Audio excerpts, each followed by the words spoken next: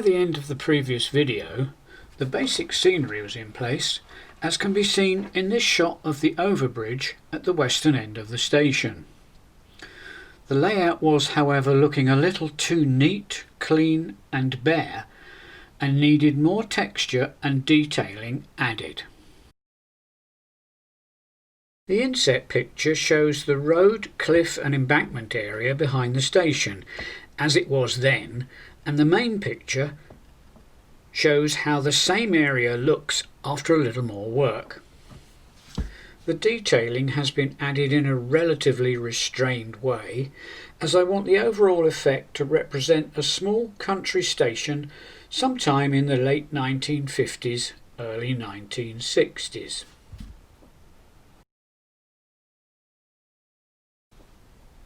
One of the easiest ways to add depth and texture is to add bushes and undergrowth to some, but not all, parts of the model.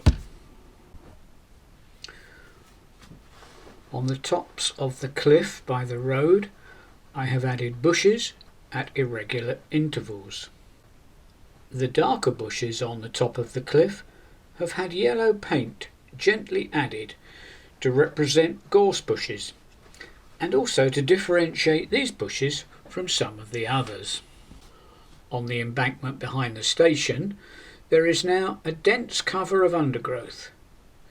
This part will also be planted with trees later.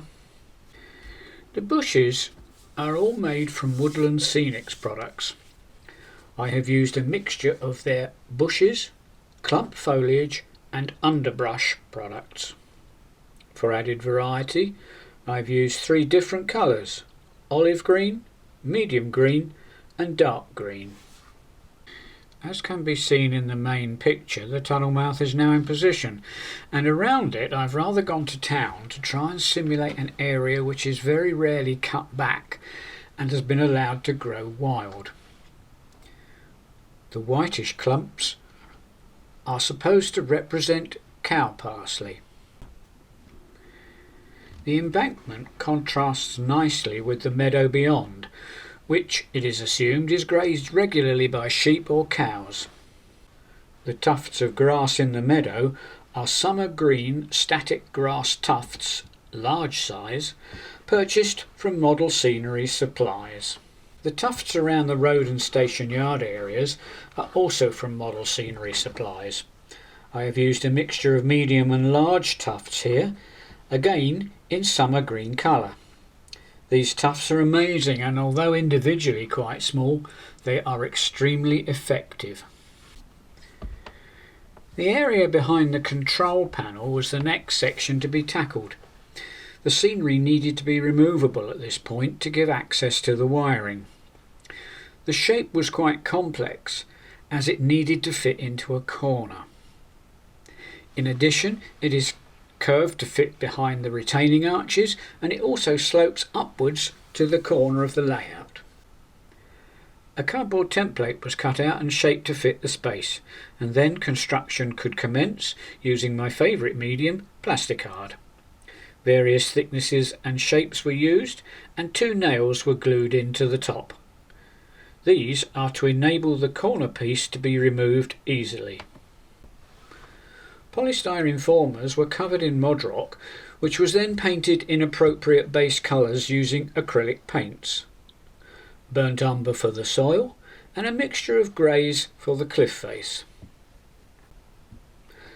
Grass was added using a mixture of Woodland Scenics and Javis materials. Bushes and other vegetation were added as before, but in addition I have used some Woodland Scenics fine leaf foliage which came free with the tree pack. The nails can still be seen, but to my mind are not too prominent.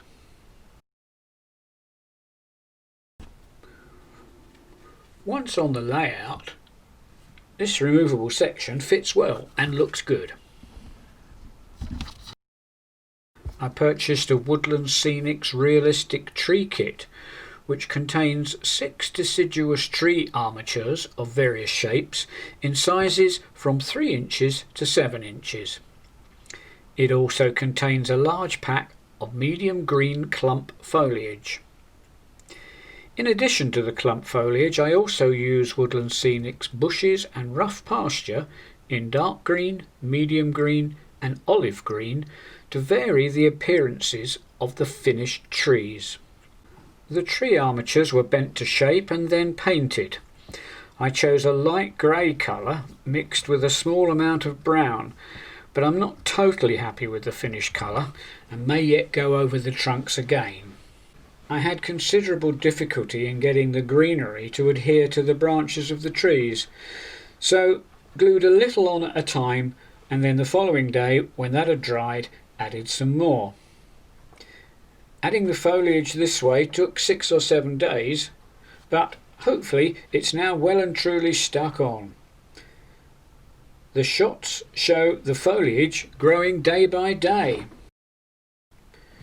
Each tree trunk was drilled and a short piece of 0.8mm brass rod was inserted. A similar length of 1.6mm brass tube was then glued into position on the baseboard. The trees can therefore be removed and replaced should I decide to plant conifers instead of the deciduous varieties I have now, or should they shed their leaves in the autumn. Ratio Southern Region concrete lamps were constructed, some with 1 shade for the rear platform and some with 2 shades for the island platform. Like the trees, a 0.8mm brass rod was inserted in the lamp and a 1.6mm brass tube glued into place on the platforms. This way the lamps can be removed before I do any track cleaning and thus hopefully avoid damaging them. For the back scenes, I decided to use the photo back scenes made by ID Backscenes as I think they are the most realistic. I printed off a selection of back scenes from their website to see which best suited my layout.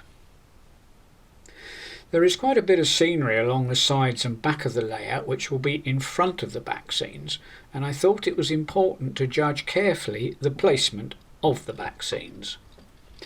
I therefore made a small cardboard template of the back and sides of the layout showing the rough outline of the scenery already in place. Onto this I placed several of the selected back scenes until I was satisfied with the appearance. My backboards are 12 inches high, whereas the 00 scale ID ones are 15 inches high, and the template mock-up helped me to decide whether to cut a strip off the top or the bottom. It also helped to get the perspective right when looking at the layout from the normal viewing position. Even on a small layout such as mine, I needed 2 sets of back scenes, and I decided on the Village Scene 203AA and 203A. They look the most appropriate, and also they can be overlapped without seeing the join. The back scenes were carefully glued to the backboards using Deluxe Materials Backscene adhesive, which I obtained from Model Scenery Supplies. The instructions on the back scenes recommend using double-sided sticky tape to hold the ends down, and I've seen several YouTube videos which have used this method successfully. However, this did not work for me, so I just used the glue and carefully weighted the paper down with railway books until it had all set firmly.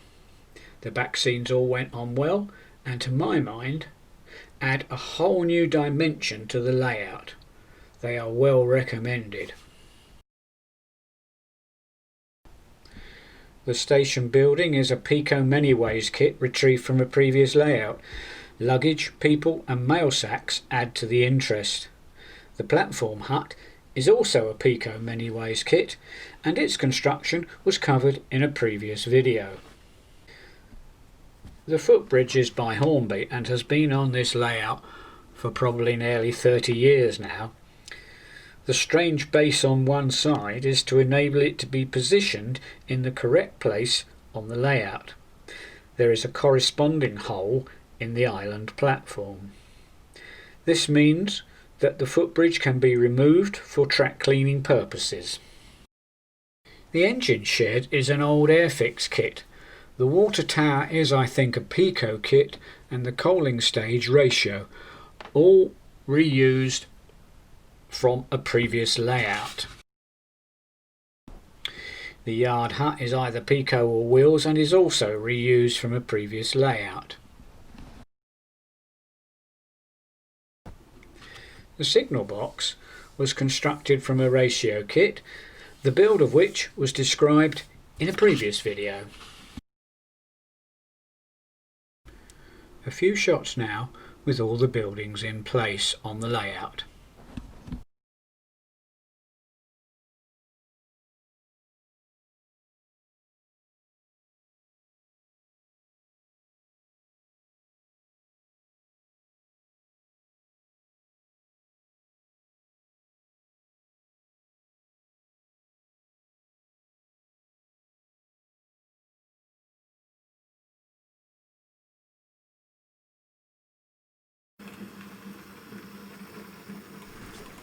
And now some shots showing trains actually running.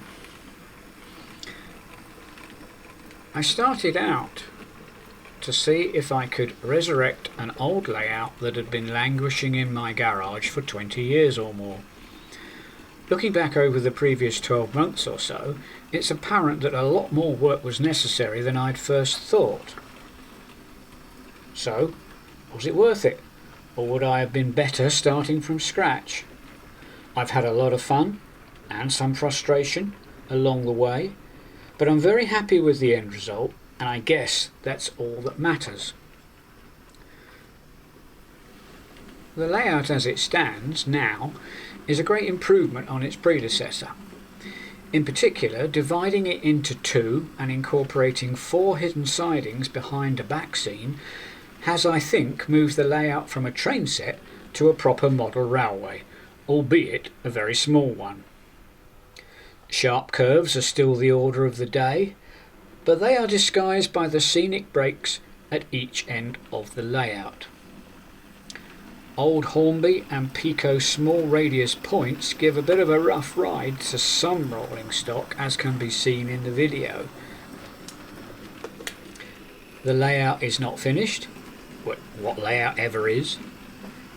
It still needs signals and a little bit more detailing, but at least I can now run trains in a proper setting.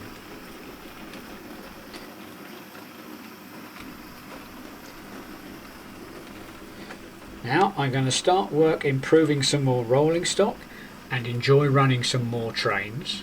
So that's all for now, but see you next time.